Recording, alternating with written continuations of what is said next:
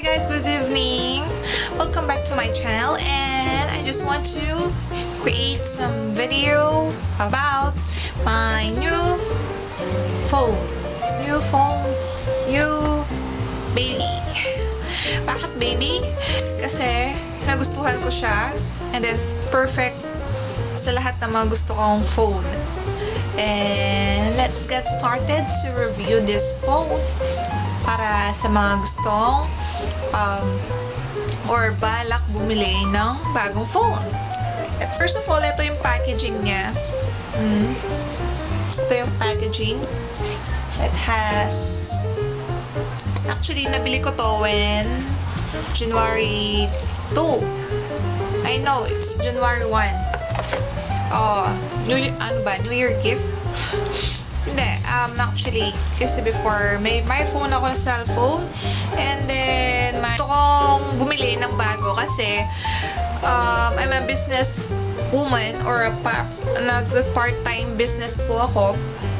So, yung laptop ko, syempre, nasa bahay lang. So, syempre, kapag maalis ako, every time na may message sa akin sa Facebook, so, I can reply via mobile, diba? Kaya, nag-decide ako bumili ng cellphone with internet connection or GPRS 4G, 3G, yan. So, ito yung nabili ko is OPLUS 8.91 Android phone.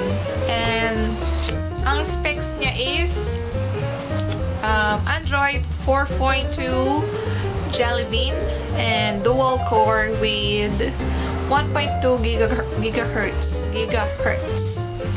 5 capacitive multi-touch screen, dual cam with 5 MP autofocus back camera with flash 2 MP front camera, air shuffle music camera, photos and FM radio, voice SMS, 3G, Wi-Fi, and up to 32 gigabytes expandable memory. So, ito yung cellphone kong nabili. So, January 1, ngayon 30 na tayo. Meron na siyang more than a week. Ang hirap palang bumili ng bagong jelly case. I mean, bago palang labas pala itong OPLUS phone na binili ko. Nahihirapan akong bumili ng jelly case. Kasi gusto kong jelly case yung meron siyang cover sa harap. Actually, nabili ko to is 7.6. Kasi yung isang phone talagang bibilhin ko is 8.36Z.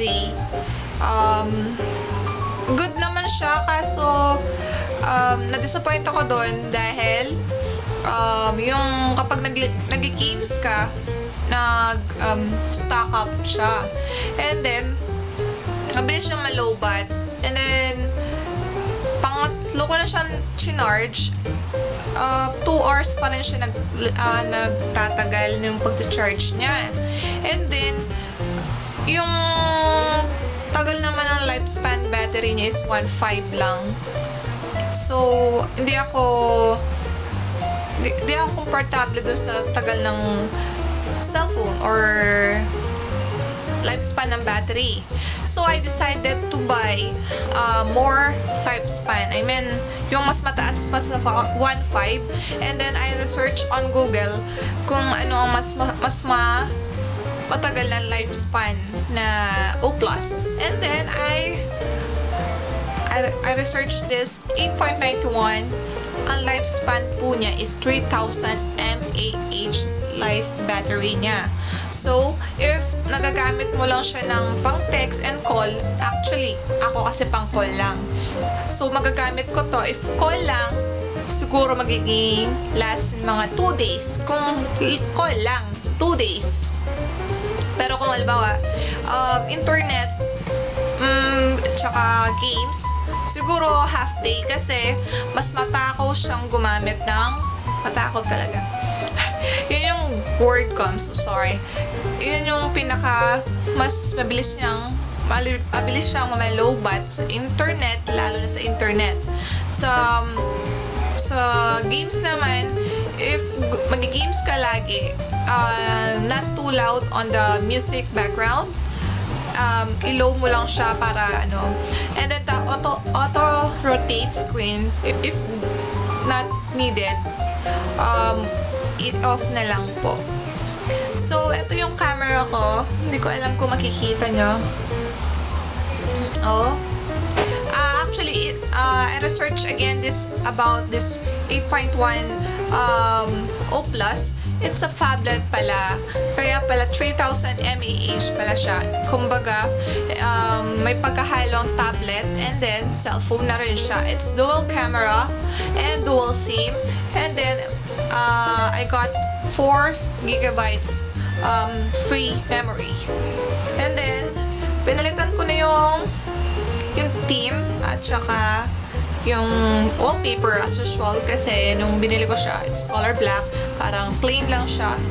And then, I really love this because when you captured some photos, it's so maganda. Talagang parang okay na yung 5MP kasi maganda naman yung back camera naman niya. Maganda. Kasi nag-autofocus yung pinakagusto ko sa camera, autofocus. And then, this is the sample of the pictures na nakinuha namin. Actually, it's edited, but I'm using editing photo is here on my phone. Ito yung picture ko. Nakikita nyo ba? I don't know if it's autofocus. So, tignan natin mga pictures. I'm so sorry of that.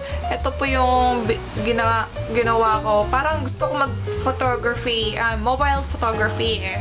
That's why I always captured some flowers or leaves, yes, and other animals.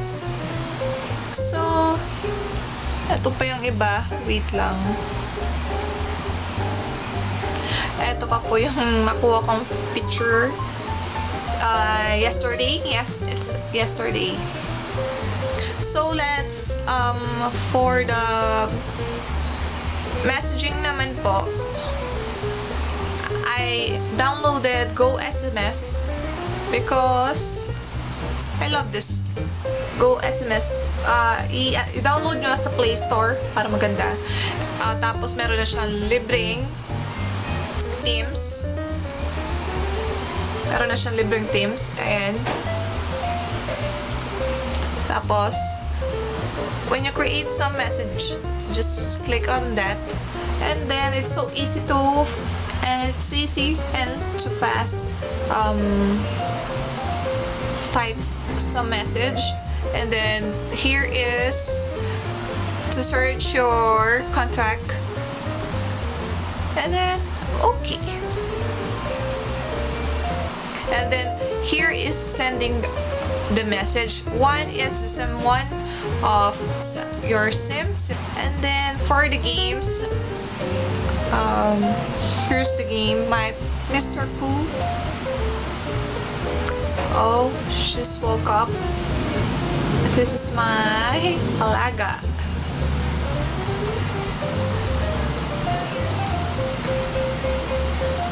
Ang bilis po niya dahil ang ganda, promise. Pero kung mabibili niyo po ng regular price toys, kung hindi ako nagpalit ng cellphone kasi 8.36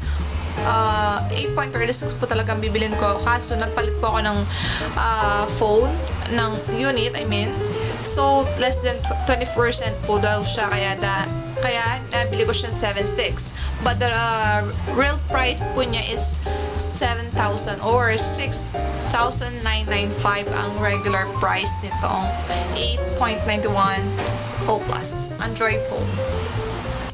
And then, for internet, we will try to connect the internet.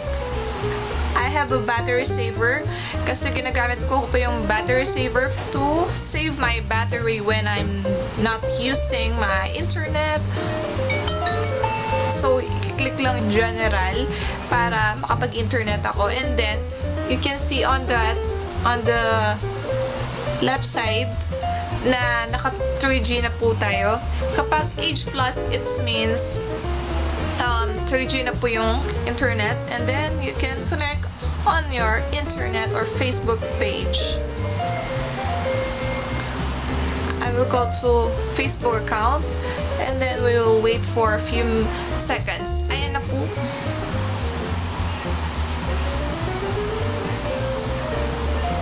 Pupunta po ako ng account ko sa profile. See?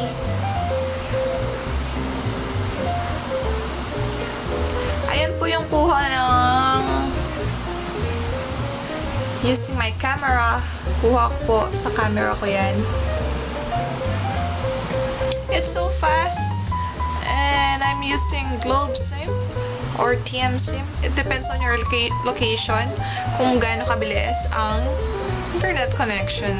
And then the notification. Di ba? It's so fast, and then it's affordable. Kasi kahit medyo pricey ng konti, if you're namamahalan po kayo, it's lifetime naman po siya kasi 3,000 sulit na po sa budget, and then you can use all the time. I mean, pang lifetime na po siya, hindi ka na magpapalit. It depends kung paano mo siya iingatan ng cellphone mo. So, yun. And then, what else? Camera. We will try.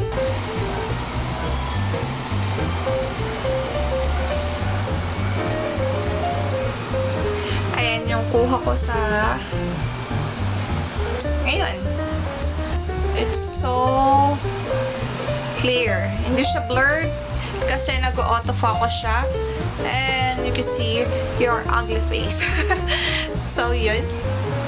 So, ang mga pala nakuha ko is it has headset. Charger is like this. Ano na siya, kumbaga pang USB cable. And then, yes. It has a manual.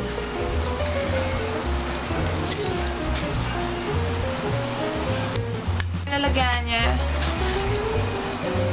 Dito nakalagay yung mga headset, tsaka charger, and the manual. And then, yung cellphone, nandito po siya. Ayan, sample. Ayan yung cellphone ko nung kinuha ko po siya sa Marky Mall. I bought this on Marky Mall and 3rd floor. So, ayun po yung pinaka-review sa aking phone. Maraming po salamat sa panonood nyo, and I just want to thank all the viewers and to my beauty channel. I mean, sa mga nanonood sa akin ng mga makeup tutorials. Thank you for watching and subscribing to my channel. And thumbs up if you like this video, and then watch all the makeup tutorials on this channel. And salamat po, nag-increase na po tayo at 75 subscribers. Sana maging 200 subscriber na po tayo. I'm just planning to have a giveaway if makakakuha tayo ng 200 subscribers. So keep on watching on my videos and keep on subscribing. Bye and good day. Bye bye.